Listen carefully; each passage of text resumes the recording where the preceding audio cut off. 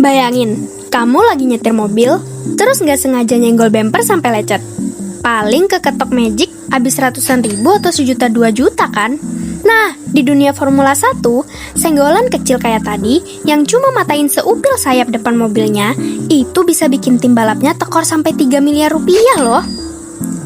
Iya, seharga rumah kelas termewah, melayang gitu aja dalam 1 detik. Gak heran kalau F1 sering dijulukin The Billion Dollar Sport.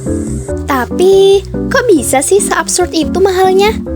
Kenapa satu tim harus bakar duit sampai triliunan rupiah tiap tahun cuma demi balapan muter-muter sirkuit? Yuk kita beda bareng-bareng. Satu unit mobil F1 siap balap itu harganya diperkirakan sekitar 240 sampai 350 miliar rupiah. Dan satu tim minimal harus punya 2 mobil aktif buat pembalap mereka, plus sasis cadangan. Jadi, baru modal mobil aja udah mau 1 triliun sendiri. Kenapa sih bisa semahal itu? Soalnya komponennya bukan kaleng-kaleng. Pertama, mesinnya atau power unit V6 hybrid. Ini ibarat jantung mobil, dan ini bukan mesin mobil biasa, tapi perpaduan mesin turbo dan sistem listrik super kompleks. Harganya bisa mencapai 110 sampai 150 miliar rupiah loh. Kedua, sasis carbon fiber atau tempat duduk pembalap. Ini dirancang sekuat tameng superhero buat nahan benturan ekstrim. Harganya bisa 10 sampai 15 miliar. Ketiga, setir mobil. Setir F1 itu bukan cuma buat belok, tapi udah kayak komputer. Ada layarnya, ada 20 lebih tombol, bisa ngatur DRS dan radio kepit. Lengkap deh pokoknya. Satunya dibanderol sekitar 800 juta rupiah loh. Untuk satu setir udah bisa kebeli mobil sport ya. Duit ratusan miliar tadi baru buat bikin mobilnya doang, belum buat biaya transportasinya. F1 itu sering dibilang sirkus keliling dunia. Kenapa? Karena dalam setahun mereka harus balapan sampai 24 kali di 5 benua yang berbeda. Bayangin nih, tiap 2 minggu atau bahkan seminggu sekali, tim-tim ini harus mindahin ratusan ton kargo lewat jalur laut dan udara. Yang dibawa bukan cuma mobil sama ban cadangan aja ya, tapi sampai pusat data komputer, alat simulator, bahkan bangunan markas atau motorhome 3 lantai yang bisa dibongkar pasang.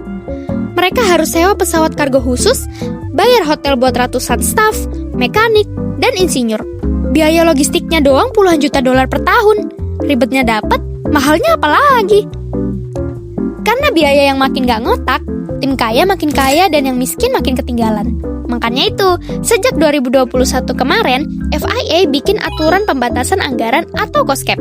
Sekarang, tim cuma boleh belanja sekitar 2,1 sampai 2,2 triliun rupiah per musim buat operasional teknisnya. Kedengarannya gede ya, tapi buat tim papan atas, ini tuh sebenarnya diet ketat. Tapi uniknya, ada beberapa hal yang gak masuk hitungan pembatasan ini. Contohnya, gaji pembalap. Gaji pembalap bintang yang nominalnya ratusan miliar setahun itu bebas, gak dipotong dari jatah cost cap. Gaji 3 bos tertinggi. 3 petinggi tim dengan bayaran paling mahal juga bebas.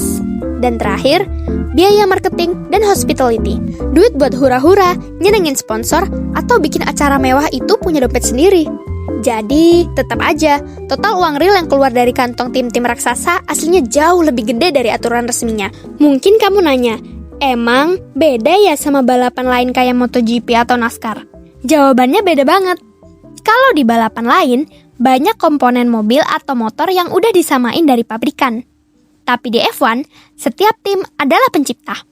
Mereka harus desain dan bikin sasis serta bodi aerodinamis mereka sendiri dari nol. F1 itu bukan cuma adu cepat skill pembalap di sirkuit, tapi adu pinter teknologi tingkat tinggi yang udah setara sama industri roket atau pesawat terbang.